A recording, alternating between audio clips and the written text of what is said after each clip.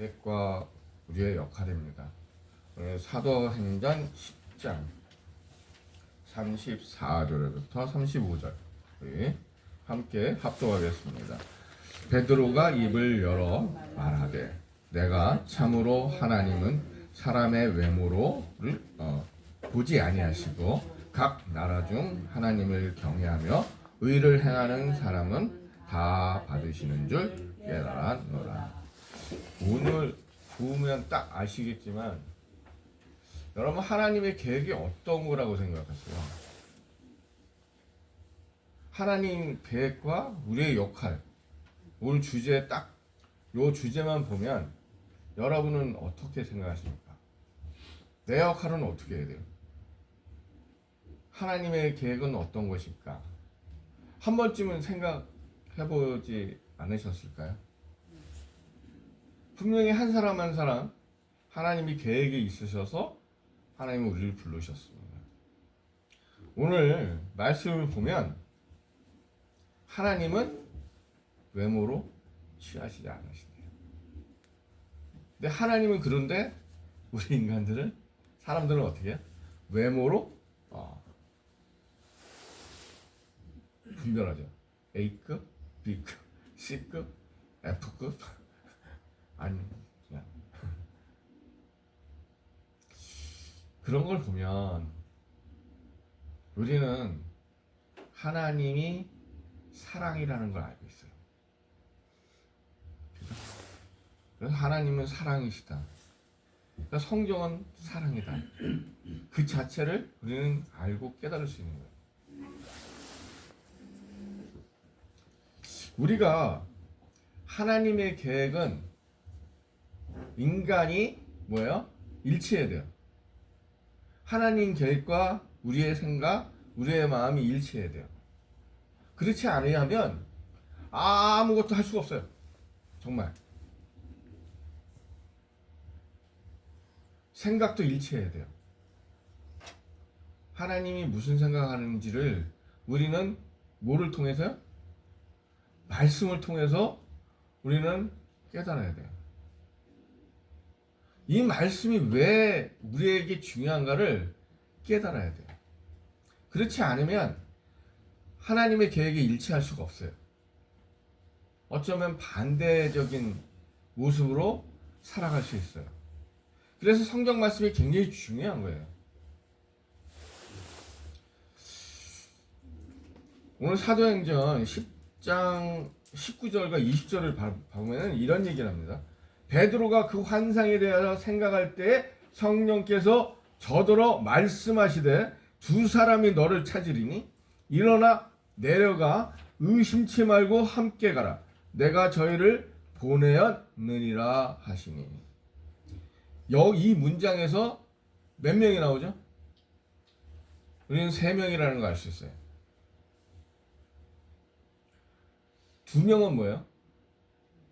백부장 고넬로의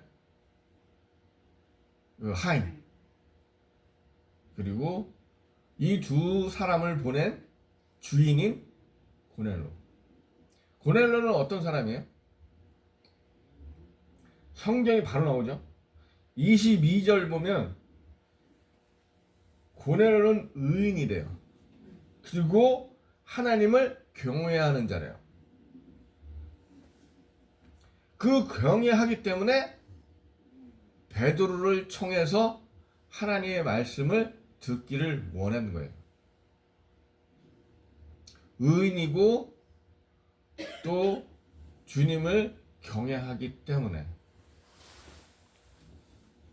그래서 이방인도 하나님의 말씀을 집중하려고 노력하는데 우리 믿는 사람들은 그렇지 못하는 거예요. 그냥 나는 하나님이 불러서 그냥 그리스도인이 됐으니 자동적인 사람이라고 생각해요. 아니에요. 우리는 자꾸 잊어버려요. 우리가 왜 자꾸 믿음의 초심으로 돌아가세요, 초심으로 돌아가세요 하는 이유가 뭔지 아세요? 어제 제가 프로싱에 우리 저희 딸이 아빠 나 한국 음식이 좀 먹고 싶은데 장을 좀 봤으면 좋겠어. 그래? 가자. 그래서 나온 김에 머리를 깎았어요. 그 이발 하시는 분이 저한테 아니 목사 욕을 막 하는 거예요. 아니 나 지금 목사가 머리 깎고 앉았는데 그냥 계속 욕해요.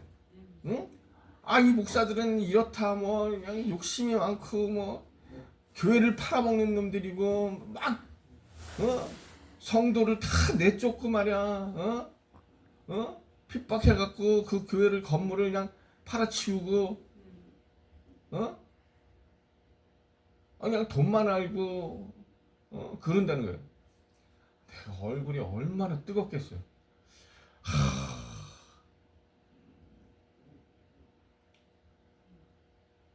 그래서 제가 고백했어요. 잘 고백 안 하거든요. 저 목사입니다라는 얘기를 안 해요. 어디 가서도. 그냥 그러니까 시장이나 이런 데 가서 알아보면 안녕하세요. 그러고 그럴 뿐이지 저 목사입니다. 이런 얘기를 안 해요. 잘. 왜? 목사 욕을 너무 하는 거야. 그래서 제가 그랬어요. 그분이 하는 말씀이 뭔지 알아요? 왜 하나님은 악한 자를 왜 처단 안 하세요? 그러니까 제가 목사라는 걸 밝히기 전에 막 그래요. 그래서 제가 그랬어요. 인간은 원래 태어날 당시에 악한 존재로 태어났습니다. 근데 그 악한 것이 죄성이 많으니 죄가 많으니 그 사람의 그게 근본입니다. 악한 건 근본이에요. 그래서 그 근본에서 그리스도인으로서 이게 바뀔 때 악은 있지만 그걸 드러나지 않을 뿐이에요. 사실 우리 역시 그죠? 죄인이지만 그거를 드러내지 않을 뿐이에요. 말씀으로 기도로 성령의 이끌림으로 살아가기 때문이죠. 그래서 우리가 자꾸 뭘 해요? 우리 뭐 하죠? 기도하잖아요. 계속 하나님 저를 악으로 인도하지 마세요. 계속 반복하면서 기도하시잖아요. 그래서 제가 나중에 그 사람을 교인이래요. 나중에는 와이프가 권사래요. 그리고 자기 아들은 어느 교회 청년부 회장이래요. 야, 근데 왜 교회는 안 나가십니까? 그랬어요. 이분은 월요일부터 주일까지 문을 안 닫아요. 수요일 날도 오픈해요. 그래서 교회를 왜 안 가십니까? 그랬더니 자기가 다니던 교회에 목사를 보고 실망한 거예요. 목사가 너무 돈돈돈돈한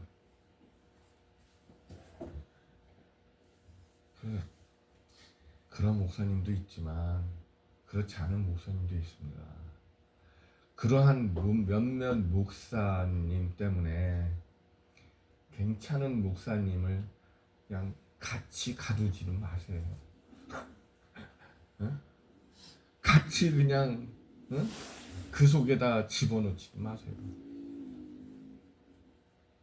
그리고 말씀 안에는 예수님이 그 벼밭을 지나가면서 하신 말씀이 있습니다.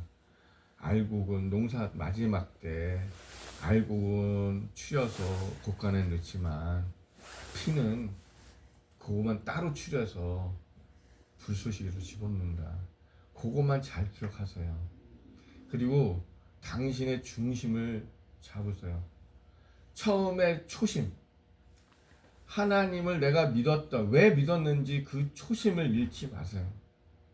그것만 붙들고 믿음 생활 하신다면 변질되지 않습니다. 어떤 악한 사람이 뭐라고 얘기를 해도 거기에 휩쓸리지 않을 겁니다. 그리고 저는 떠났습니다. 너무 안타까운 거예요. 진짜 그분이야말로 그 낚시는 자예요. 진짜 교회를 보고 목사님을 보고 담임 목사를 보고 그 담임 목사가 성도들 다 뿔뿔이 헤쳐고 교회를 팔아먹었다는 거예요.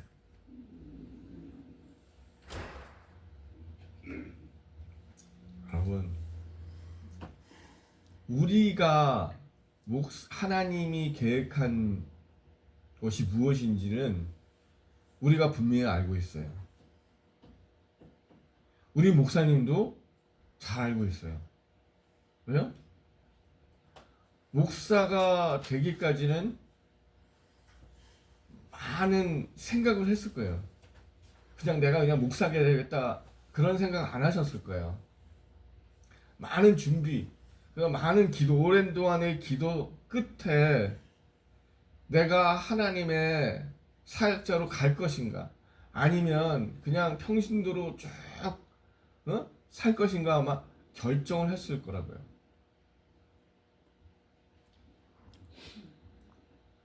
많은 목사들이 그 초심, 자기가 하나님한테 서원을 하고 자기가 다짐했던 걸 잊어버리니까 뭐가 생각나요? 권력, 돈, 이런 게 생각나는 거예요. 그게 갑자기 튀어나오는 거예요. 왜? 목사도 인간이기 때문에. 인간이기 때문에. 잘 먹고 잘 살고 싶지. 모든 사람이 똑같아요.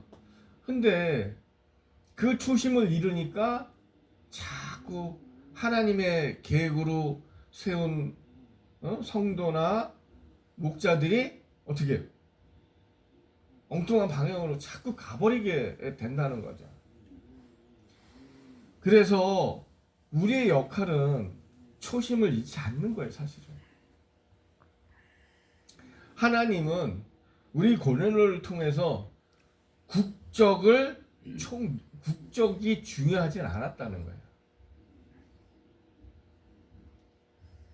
어떠한 이방인도 하나님을 섬기는 자는, 경외하는 자는, 의로운 자는 다 포용을 했다는 거예요.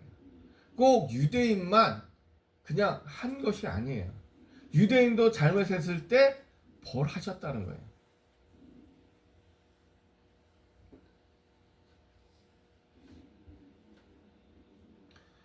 우리는 그리스도인만 구원받는다는 생각을 이제 버리셔야 돼요. 두 번째는 하나님께서 사람들을 그 빛에 따라서 대하시는 것이 분명히 들립니다. 우리는 빛에 대해서 목사님 분명히 설명하셨어요. 그 빛은 굉장히 중요한 거예요. 우리는 빛 가운데 있어야 돼요. 어두운 가운데 있는 게 아니라 빛 가운데 있어야 돼요. 근데 그 빛 가운데 있으면 뭐예요? 우리의 모습이 다 드러나게 돼 있어요. 우리가 빛 가운데 서 있지 않으면 우리는 그리스도인이 아니에요. 악한 존재뿐이에요. 죄 많은 존재일 뿐이에요. 하나님은 빛 가운데 있는 사람을 선택하지 어두운 데 있는 사람을 선택하지 않아요. 불러서 부르죠.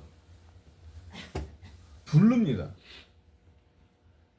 그 어두운 가운데 있는 사람이 그 하나님의 음성을 듣고 빛으로 나오는 자는 인생이 바뀌고 삶이 바뀌지만 그 부르심에 깨닫지 못하고 그냥 그 어두움 속에서 계속 살고 있다면 나중에는 지옥불에 던질 수밖에 없다는 거예요. 그건 뭐예요? 하나님은 기회를 주십니다. 항상 오픈되어 있어요. 항상 오픈 가운데 있어서 어느 누구나 외모로 취하지 아니하시는 하나님께서는 어느 누구나 내게로 오라고 그래요. 그래서 우리는 빛 가운데 계속 끊임없이 달려가야 돼요. 빛 가운데서 살아야 되는 거예요. 그렇게 되면 어떻게 돼요? 우리가 빛의 존재가 되는 거예요. 응? 하나님이 우리에게 보여주신 것. 너희들은 뭐예요? 소금과 빛과 소금. 예? 이게 되라고 존재잖아요. 그럼 그 계획 안에 우리는 그 역할을 해야 돼요. 하지 못하면 뭐예요? 이도교회, 이도교인이에요. 그리스도인이 아니에요. 응? 세 번째는 하나님께서 인간의 도덕적인 태도의 질에 대해서 인정합니다. 그리스도인도 마찬가지예요. 우리 모든, 제가 어느 얘기하지만 모든 인간에겐 양심이라는 걸 줬잖아요. 이 세상에는 양심 있는 사람과 양심 없는 사람으로 딱 둘로 나눌 수가 있어요.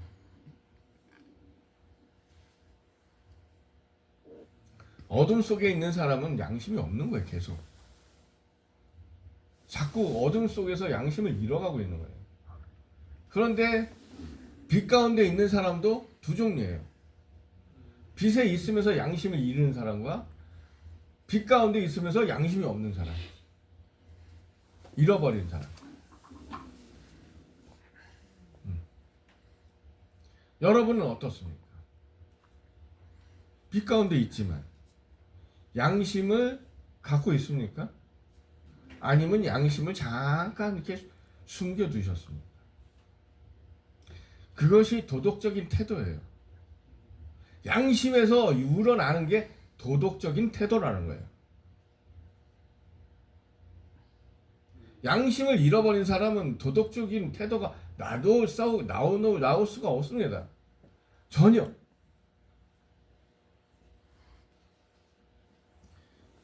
꽃을 재배하고 꽃을 내다 파는 사람들은 신조라는 게 있어요. 신조. 그죠? 신조. 굳은 신조는 좋은 뭐죠?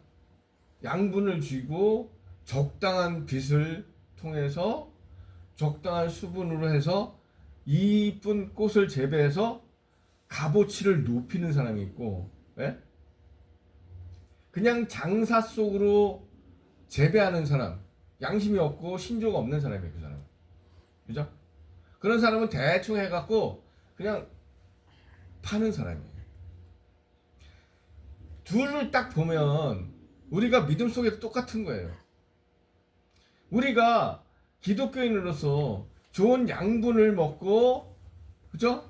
잘하면 우리는 좋은 그리스도인이 될 수 있어요.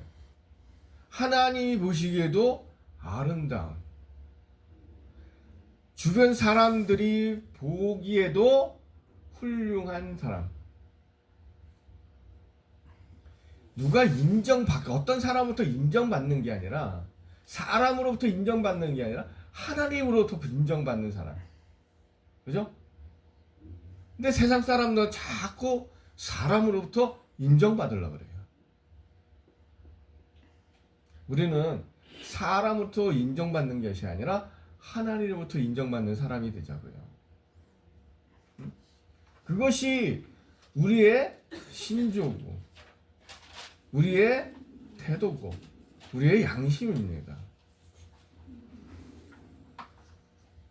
네 번째는 그리스도의 죽음을 통해서 우리는 구원을 받을 수 있다는 거야. 그리스도를 통하지 않으면 우리는 구원을 못 받습니다. 분명히 얘기하죠. 예수님도 나는 양의 문이니 나를 통하지 아니하고는 구원을 못 받는다 그래요. 그죠? 분명히 성경에도 그렇게 말씀하시는데 우리가 분명히 누가 나에게 구원자가 되는 것인지 바로 알아야 된다. 그냥 그리스도인이 되면 그냥 저절로 구원받을 수 있는 게 아니라는 거예요.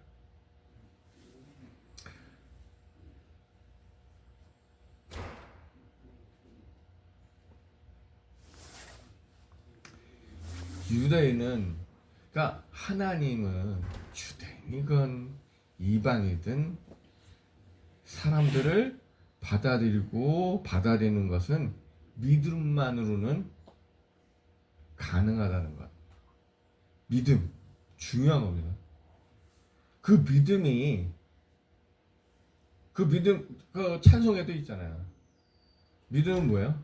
굳건한 반석이시니. 예? 믿음의 그 굳건한 반석이 믿음이 서지지 않으면 인정받을 수 없습니다. 좋은 태도가 나오지 않습니다. 좋은 양분을 얻은 그리스도인 될 수 없습니다. 여섯 번째는요, 이교도들에게도 이런 일이 있다라는 거예요. 그들만의 믿음으로. 왜 하나님은 이도교, 그러니까 그리스도인들이 아닌 사람들에게 왜 복음을 전하라고 했을까? 두 가지가 있습니다. 첫 번째는 귀중한 영혼의 만족감. 영혼이 만족해야 돼요. 하나님의 말씀으로 영혼이 풍성해지고 만족해야 됩니다. 그렇지 않으면요, 기독교인이 될 수 없어요. 이 영이 계속 악한 영이 갖고 있는데, 귀신의 영을 갖고 있는 사람이 어떻게 그리스도인이 될 수 있습니까? 그죠? 하나님은 그 이교도에게 그리스도인이 되라고 자꾸 부르시는 계획이에요. 하나님의 말씀을 통해서, 성령을 통해서 그들의 영을 바꾸려는 것이에요. 그게 계획이에요. 근데 우리가 그 역할을 하셔야 돼요. 우리 불낙지교회, 그죠? 불신자, 낙심한 자, 지체하는 자, 왜 우리가 그들에게 복음을 확실히 다시 전해야 돼요? 응? 영혼이 죽어가고 있거든요. 그분들이 영혼이 말라가고 있거든요. 그러면 우리는 뭐예요? 우리의 역할은, 우리는 그분들의 영혼을 살리는 불쏘시개가 되어야 되는 거예요.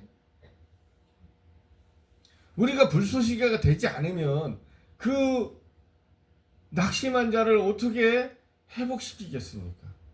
못 시켜요. 하나님은 우리를 희생하라 그래요. 우리는 뭘 희생했을까요? 뭐 구제하는 거? 그거보다 더 중요한 게 뭐예요? 영혼이 망가진 자를 위해서 불쏘시개가 되는 거예요. 두 번째는 고넬료 같은 사람들을 만나는 거예요. 그들을 같은 분들, 그와 같은 사람들을 만들어내는 거예요. 우리는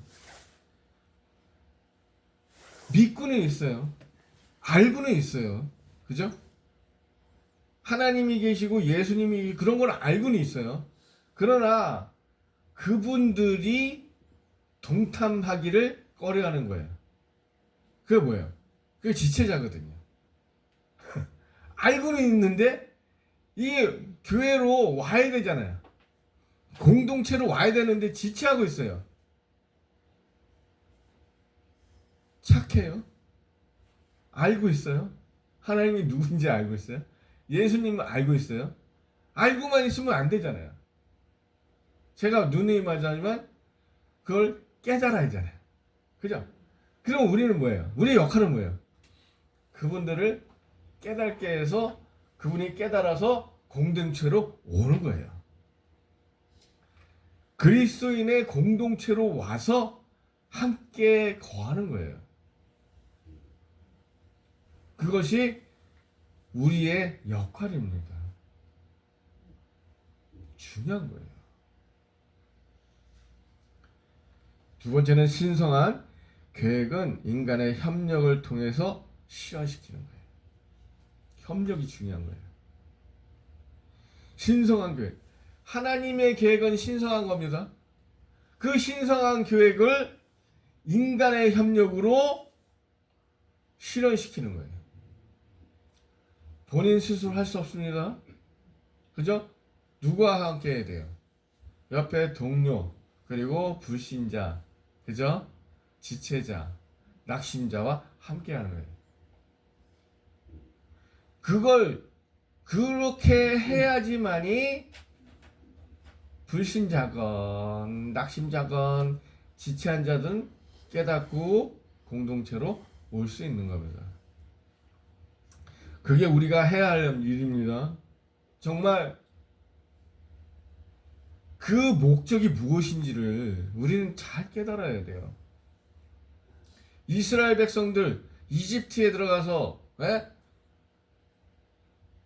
광야 생활까지 우리는 그 모습을 보고 깨달으셔야 돼요. 우리는 어떤 분들은 그래요. 낙심한 자들을 보고 지금 광야 생활한다 그래요. 뭔 광야 생활을 그렇게 오래 해요. 예? 끝내야죠 빨리. 예? 광야 생활을 아직도 하는 사람이 있어요. 예? 아니 광야는 끝났는데 성경에서 끝나서 가나안 땅으로 들어갔는데 아직도 그 낙심한 자와 지체자들은 광야 생활을 아직도 하는 거예요. 하나님의 목적은 그들을 어떻게 해요? 가나안으로 끌어오는 거예요. 광야 속에서 빨리 빠져나오도록 우리가 해야 할 역할입니다. 그냥 두고만 보고 있으면 안 됩니다. 마지막으로는요. 신성한 계획은 진화는 항상 성령의 부르심에 있습니다. 여러분 그런 생각 안 하세요? 저는 가끔가다 그런 생각해요. 어떻게 가다가 외국 애가 막 절름거려. 그런 적 있어요, 제가. 너무 아파하는 거예요. 그래서 내가 너 크리스찬이야 그랬어요. 자기 크리스찬이래요. 교회 열심히 다닌대요. 그러면 나랑 기도하자. 제가 붙들어서 기도했습니다. 여러분 하세요. 영어가 안 돼요? 한국어로 하세요. 하나님은 영어 안 해도 돼요. 한국말로 해도 그 사람은 방언으로 알아들어요. 그냥 이 사람이 나한테 방언으로 기도하는구나. 하세요 그냥. 절름거린다, 아파한다, 붙들어 놓고 예수님의 이름으로 명령하고 기도하세요. 그러면요 그 사람은 위안을 얻습니다. 왜? 기도 하나 때문에 위안을 얻는다고요. 몰랐던 거 깨닫잖아요. 저는 가끔 가다 보면 어느 마켓이나 흑인 애들 너무 아파해. 그러면 백인 애들은 잘 안 통해요. 근데 흑인은 잘 통해요. 희한하죠? 참 희한해요. 그럼 붙들고 기도해줘. 달라스도에 갔는데 어디 한 뚱뚱한 아줌마가 막 숨을 막 그러면서 다리가 또 아파. 막 절렁절렁거려. 왜 그러냐? 내 무릎이 아프대. 그래? 너 기독교인이니? 그렇대. 그럼 나랑 기도하자. 나 기도해 그냥. 그럼 그 사람은 좋아해. 꼭 나은 것 같은 기분. 자기가 그렇게 느끼는 거예요. 우리도 그렇잖아요. 그죠? 나는 지금 여기서 말씀하면서 기침 한 번도 안 했어요. 너무 감사한 거예요. 꼭 나은 것 같아요. 응? 아멘. 꼭 나은 것 같아요. 여러분 안에 있는 성령님을 끌어올리세요. 성령님이 여러분을 노크할 때 그냥 행동으로 옮기세요. 그것이 우리가 해야 할 역할입니다. 그것이 기독교인으로 부름받은 사람들입니다. 하나님으로부터 부름받은 사역자가 아니라 평신도래도 여러분 속에서 우러나오면 행동으로 옮기세요. 지체하지 마세요. 그래서 여러분들이 하나님의 계획에 따라 역할을 잘하는 하나님이 기뻐하시는 우리 성도님들 다 되시기를 하나님의 이름으로 소망하겠습니다.